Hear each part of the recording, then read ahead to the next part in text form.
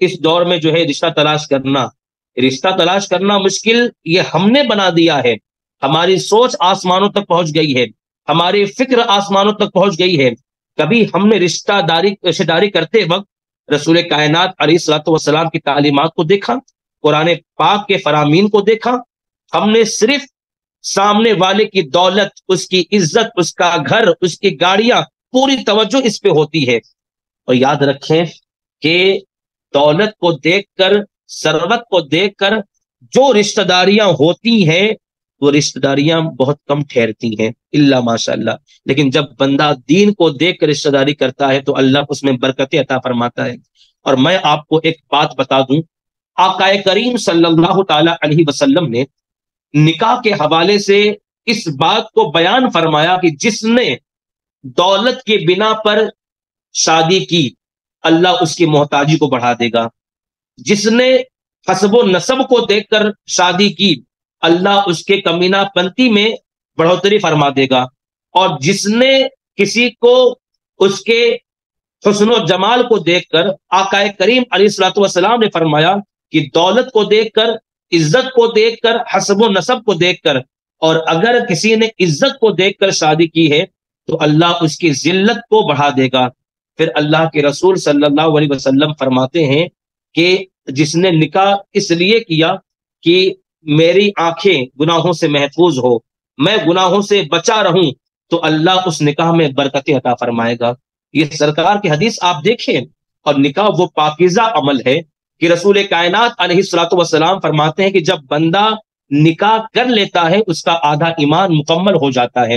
اور حضور فرماتے ہیں کہ وہ آدھا ایمان کی تکمیل کے لیے اللہ سے ڈرتا رہے اور اس کے بعد نمازوں کو پابندی میں لائے، ذکر و اذکار کرتا رہے، تو آدھا ایمان تو نکاح کے ذریعے مکمل ہو گیا اور آدھا ایمان تقوی طہارت کے ذریعے مکمل ہو گیا. اور نکاح ایک ایسا عظیم عمل ہے کہ اللہ کے رسول صلی اللہ تعالی علیہ وسلم نے اس کے حوالے سے فرمایا النکاح من سنتی فمن رغب عن سنتی فلیس منی. نکاح میری سنت ہے اور جس نے میری اس سنت سے منہ پھیرا وہ میرے طریقے پر نہیں ہے.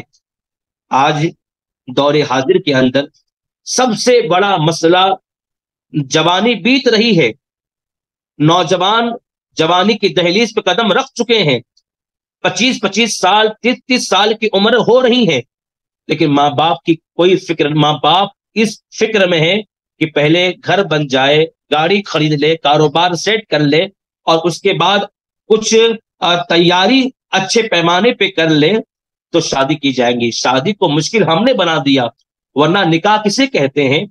دو گواہوں کے سامنے مسلمان مرد و عورت کا ایجاب و قبول کر لینا یہ شرعاً نکاح ہے. آپ مجھے بتائیں کہ نکاح کو شریعت نے اتنا آسان فرمایا تھا، لیکن آج ہم نے اس کو اتنا مشکل بنا دیا. اور سنی رشتے، یہ جو پوری ٹیم ہے جنہوں نے ابھی اپلیکیشن بنایا ہے اور جن کی پوری ٹیم جو ہے آج الحمدللہ ان سے سینکڑوں لوگ، ہزاروں لوگ وابستہ ہیں. اگر رشتہ داری کے حوالے سے اگر آپ اس بات کی سوچ میں ہیں کہ سنی رشتہ نہیں ملتا، میرے عزیزوں ڈھونڈنے سے کیا نہیں ملتا، ڈھونڈنے سے کیا نہیں ملتا. آپ اگر اپنے تمام پروفائل کو ان کے حوالے کر دے اور ان سے کہے کہ ہمیں کوئی بہتر رشتہ چاہیے، یہ آپ کو بہتر رشتہ نکال کر آپ کے سامنے پیش کر دیں گے. اور اس کے لیے کوئی فیس وغیرہ نہیں ہے، اس کے لیے کوئی ایسی چیز نہیں کہ آپ کو یہ کرنا پڑے گا، یہ کرنا پڑے گا. الحمدللہ یہ سنی سلوکیدہ لوگ ہیں، مسلک اعلی حضرت کے مطابق کام کرنے والے لوگ ہیں، اور ان کی پوری جماعت میں ایک بھی بد مذہب آپ کو نظر نہیں آئے گا. الحمدللہ آج وہابیوں میں بڑی تیزی کے ساتھ یہ کام ہو رہا ہے، آج دیوبندیوں میں بڑی تیزی کے ساتھ یہ کام ہو رہا ہے، لیکن سنیوں کے اندر اس کی بڑی کمی تھی. اور الحمدللہ اس کمی کو پورا کرنے کے لیے یہ نوجوان طبقہ بیدار ہوا، اور نوجوانی کے عالم میں الحمدللہ یہ بڑے پیمانے پہ کام کر رہے ہیں. حیدرآباد سے یہ کام آغاز ہوا ہے، آج کئی علاقوں میں یہ کام پہنچا ہے. میں تمامی احباب اہل سنت سے گزارش کروں گا اس سے وابستہ ہوں، اس سے جوڑیں اور نکاح کو مشکل کے بجائے آسان بنا دیں، اور اتنا آسان بنائیں کہ لوگ آقا کریم صلی اللہ علیہ وسلم کی تعلیمات کو سنیں. آج اس دور کے اندر بڑا ہی پرفتن دور ہے کہ وہ نکاح جس کو رسول کائنات علیہ الصلوۃ والسلام نے بڑا آسان فرمایا تھا، لیکن آج کے والدین یہ کہتے ہیں کہ ہمارا بچہ کاروبار نہیں کرتا، ہمارا بچہ کماتا نہیں ہے، ہمارے پاس ایک گھر ہے دوسرا گھر نہیں ہے، پہلے ایک گھر خرید لے، کاروبار سیٹ کر لے۔ یاد رکھیں کبھی کبھی ایسا ہوتا ہے کہ روزی کا ذریعہ آنے والی جو بیوی ہوتی ہے وہ بن جایا کرتی ہے۔ آقا کریم علیہ الصلوۃ والسلام کی محفل میں ایک صحابی حضور کے دربار میں آئے، رسول کائنات صلی اللہ تعالی علیہ وسلم کی بارگاہ میں انہوں نے عرض کی، یا رسول اللہ صلی اللہ تعالی علیہ وسلم، میں غریب انسان ہوں، روزی کا کوئی ذریعہ نہیں ہے، سرکار میرے لیے کوئی وظیفہ بتا دے کہ روزی بے پناہ اللہ مجھے عطا فرما دے۔ رسول کائنات علیہ الصلوۃ والسلام نے فرمایا جاؤ تم نکاح کر لو۔ تو انہوں نے یہ نہیں کہا حضور میرے پاس گھر رکھنے کے لیے کوئی جگہ نہیں، میرے پاس کوئی کاروبار نہیں، میرے پاس ساز و سامان نہیں، آپ نکاح کے لیے کہہ رہے ہیں؟ انہوں نے یہ نہیں کہا، کیوں؟ وہ صحابی تھے، وہ جانتے تھے کہ سرکار کے ہر فرمان میں کوئی نہ کوئی حکمت ہوا کرتی ہے۔ وہ جاتے ہیں، مہر کا انتظام کرتے ہیں، اور نکاح جیسے پاکیزہ رشتہ وہ نکاح کرتے ہیں، اور چند دنوں کے بعد رسول پاک صلی اللہ علیہ وسلم کی بارگاہ میں آتے ہیں، عرض کرتے ہیں یا رسول اللہ علیہ الصلوۃ والسلام، آپ نے نکاح کے بارے میں فرمایا تھا، میں نے نکاح کر لیا، سرکار اللہ نے مجھے اتنی دولت عطا فرما دی ہے کہ آج میرے گھر میں رکھنے کے لیے کوئی جگہ بھی نہیں ہے۔ تو حضور علیہ الصلوۃ والسلام کی یہ تعلیمات کہ کبھی کبھی روزی کا ذریعہ آنے والی عورت بن جایا کرتی ہے۔ کبھی زندگی میں اس بات کو خیال نہ کرنا کہ گھر نہیں ہے، کاروبار نہیں ہے، کہاں سے کھلاؤں گا، کہاں سے پلاؤں گا۔ اللہ کی رضا کے لیے رسول کائنات علیہ الصلوۃ والسلام کی سنت پر عمل کرنے کے لیے نکاح جیسے پاکیزہ رشتہ جب بندہ وابستہ ہو جاتا ہے تو اللہ رب العزت بے پناہ برکت رحمت عطا فرماتا ہے۔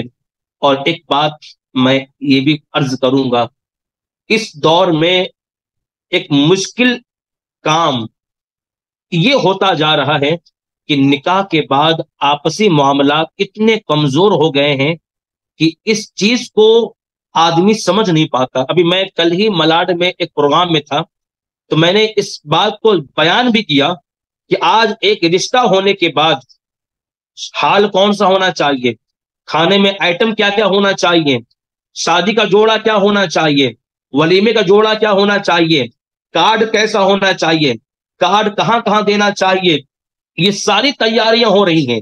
یہ شادی کی تیاریاں 2 مہینے تک چل رہی ہیں، لیکن نہ عورت کوئی کتاب پڑھتی ہے نہ مرد کوئی کتاب پڑھتا ہے کہ رشتہ ہونے کے بعد ہمیں زندگی بسر کیسے کرنی ہے۔ ہمارے آقا صلی اللہ علیہ وسلم کی لائف شادی کے حوالے سے سرکار اپنی ازواج مطہرات کے ساتھ زندگی بسر کیسے کرتے تھے، نہ مرد کو پتا ہے نہ عورت کو پتا ہے۔ عالم یہ ہے کہ شادی کے 6 مہینے کے بعد یا تو خلا کا معاملہ ہوتا ہے یا تو طلاق کا معاملہ ہوتا ہے۔ آج دارالافتاء کے اندر جتنے نماز، روزے، حج اور زکوٰۃ کے مسائل آپ کو نہیں ملیں گے، اتنے طلاق اور خلا کے مسائل ملیں گے۔ کیوں؟ ہم نے سب کچھ سیکھا، دین نہیں سیکھا۔ ہمیں پتہ نہیں کہ عورت کے حقوق کیا ہیں اور بیوی کے حقوق کیا ہیں۔ اگر آپ یہ دونوں کے حقوق کے بارے میں پڑھ لیتے اور شریعت کے مطابق زندگی بسر کرتے تو یقیناً وہ گھر اللہ جنت بنا دیتا۔ لیکن ہمیں تو کچھ پتہ ہی نہیں کہ شوہر کے حقوق کیا ہیں، مرد کو پتہ ہی نہیں کہ بیوی کے حقوق کیا ہیں۔ بس اتنی حدیث پاک آپ کے ذہن میں بٹھا دوں کہ رشتہ ایک ایسا پاکیزہ، ایسی محبت والی چیز ہے کہ اللہ کے رسول علیہ الصلوۃ والسلام کے انداز کو دیکھیں کہ سیدہ عائشہ رضی اللہ تعالی عنہا نے گوشت کھایا تو رسول کائنات علیہ الصلوۃ والسلام فرماتے ہیں عائشہ تمہارے لب کہاں لگے تھے؟ یا رسول اللہ اس کی وجہ کیا ہے؟ عائشہ مجھے بتاؤ تمہارے لب کہاں لگے تھے؟ تم نے جہاں سے گوشت کھایا ہے وہیں سے میں بھی کھاؤں گا۔ جب سیدہ عائشہ پانی پیتی سرکار فرماتے عائشہ مجھے بتاؤ تمہارے لب کہاں لگے تھے، تم نے پانی کس جگہ سے پیا ہے؟ یا رسول اللہ اس کی وجہ کیا ہے؟ سرکار فرماتے ہیں عائشہ تم نے جہاں سے پانی پیا ہے وہیں سے میں بھی پانی پیوں گا۔ آپ مجھے بتائیں ایک مرد کا انداز اپنی عورت کے ساتھ اگر اتنا پیارا ہو تو کیا وہ گھر جنت نہیں بنے گا؟ کیا اس گھر میں خوشحالی نہیں آئیں گی؟ کیا اس گھر کا ماحول بہتر نہیں بنے گا؟ اللہ کے رسول علیہ الصلوۃ والسلام نے فرمایا کہ اگر تم میں بہترین لوگ وہ ہیں جو اپنے گھر میں بہتر ہے۔ آج ایک بندہ دنیا کی نظر میں بڑا عزت والا ہے، بڑے اچھے اخلاق کا مالک ہے، بڑا نام اس کا ہے، گھر کے اندر عالم کیا ہے؟ بیوی رو رہی ہے، بیوی اس کے ظلم سے تڑپ رہی ہے۔ میرے عزیزوں، کیا یہ رویہ ہمارا اسلامی رویہ ہے کہ ہم نے باہر بڑے نام کما لیے، بڑا تقوی دکھا دیا، بڑے عزت کما لیا، اور ہم اپنے آپ کو باہر بڑے پرہیزگار ثابت کرتے ہیں، اور گھر کے اندر ظلم، گھر کے اندر عالم یہ ہے کہ لوگ تڑپ رہے ہیں؟ اللہ کے رسول علیہ الصلوۃ والسلام نے فرمایا تم میں بہترین لوگ وہ ہیں جو اپنے گھر میں بہتر ہیں، اور حضور پھر اپنے بارے میں فرماتے کہ میں تم میں سب سے بہتر ہوں اس لیے کہ میں اپنے گھر والوں کے ساتھ بہتر ہوں۔ مرد اس حدیث پاک کو اپنے نگاہوں کے سامنے لائے، اور عورت اس حدیث پاک کو سمجھے کہ رسول کائنات علیہ الصلوۃ والسلام نے فرمایا اگر اللہ کے سوا سجدہ کسی اور کے لیے حلال ہوتا تو میں عورت کو حکم دیتا کہ وہ اپنے شوہر کو سجدہ کرے۔ یہ اسلامی نظریہ ہے، یہ اسلامی تعلیمات ہے جو اسلام نے باضابطہ طور پر قرآن پاک کے اندر مرد کے بھی حقوق بیان کیے گئے اور عورت کے حقوق بیان کیے گئے۔ مرد کے بارے میں فرمایا گیا الرجال قوامون علی النساء، مرد حاکم ہے،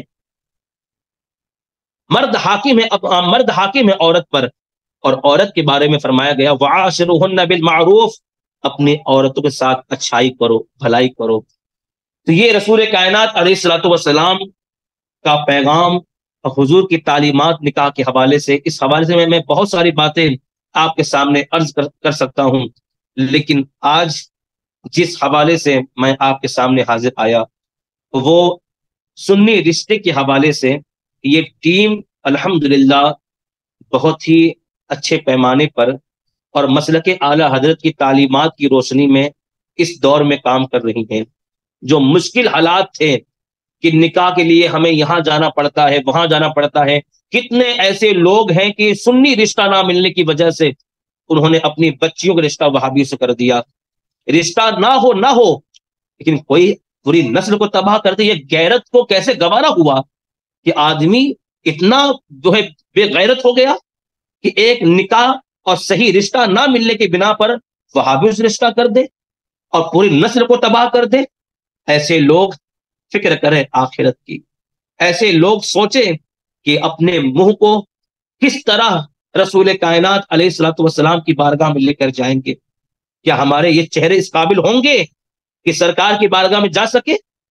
اس لیے الحمدللہ اس حوالے سے ان نوجوانوں نے بڑی محنت کی، اور بڑی محنت کے ساتھ انہوں نے پورا واٹس ایپ پہ پورا گروپ تیار کیا۔ الحمدللہ ان کے کئی گروپ ہیں، اور ان کا طریقہ، جو پروفائل آپ دیں گے وہ پروفائل ان کے سوا کہیں اور نہیں جائے گا۔ سب سے پہلی بات تو ان کے اندر یہ ہے، اور انہوں نے ایک ایسا کوڈ ورڈ بنایا ہے کہ وہ آپ جب تک آپ کے بارے میں یہ سرچ نہیں کر لیتے کہ آپ واقعی سنی ہے یا نہیں ہے، تب تک وہ گروپ میں آپ ایڈ بھی نہیں ہو سکتے۔ ایک خوبی یہ ہے۔ اس کے بعد جب یہ آپ کو کسی خاتون کے فیملی کا حوالہ دیں گے تو یہ دونوں آپ کو ملا کر الگ ہو جائیں گے۔ اب دونوں آپس میں رشتہ کریں، دیکھ لیں، اور الحمدللہ کئی شادیاں اب تک سنی رشتے کے ذریعے ہو چکی ہیں۔ لیکن اس وقت الحمدللہ اللہ نے انہیں بڑی کامیابی عطا فرمائی کہ انہوں نے اب اپنا خود کا اپلیکیشن بھی تیار کر لیا ہے، ایپ، جس کو انسٹال کر کے اس کے اندر بڑی آسانی ہے اور بہت ساری چیزیں ہم سیکھ سکتے ہیں، اور بہت ساری چیزیں نکاح کے حقوق کے بارے میں، نکاح کے مسائل کے بارے میں، مردوں کے حقوق کیا ہیں، عورتوں کے حقوق کیا ہیں، یہ ساری چیزیں انہوں نے اس اپلیکیشن کے اندر ڈال دیا ہے، جس سے بڑی آسانیاں ہو گئی ہیں۔ میں دعا کرتا ہوں ان نوجوانوں کے لیے کہ اللہ انہیں ان کے مقصد میں کامیابی عطا فرمائے، اور دونوں جہاں کی برکات اللہ انہیں عطا فرمائے، اور جس نیک مقصد کے تحت یہ کام کر رہے ہیں، جس نیک مقصد کے تحت یہ کام کر رہے ہیں، اللہ اس میں بے پناہ کامیابی و کامرانی عطا فرمائے۔ الحمدللہ میں عوام اہل سنت سے یہ گزارش کروں گا کہ آپ لوگ ان سے وابستہ ہوں اور ان کے ایپ کو ڈاؤن لوڈ کریں، دوسروں کو بتائیں۔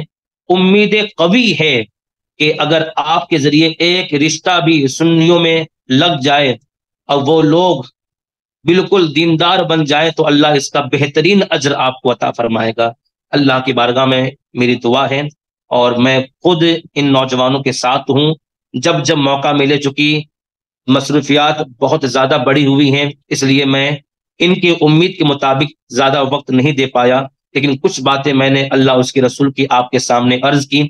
دعا کرتا ہوں کہ اللہ قبول فرمائے اور مزید انہیں کام کی توفیق عطا فرمائے، اور عوام اہل سنت کا دل اللہ ان کی جانب پھیر دیں، ایسا کچھ کرم ہو جائے۔ وما علینا الا البلاغ۔ اگر کوئی کچھ سوال کرنا چاہتا ہے تو سوال کر لیں۔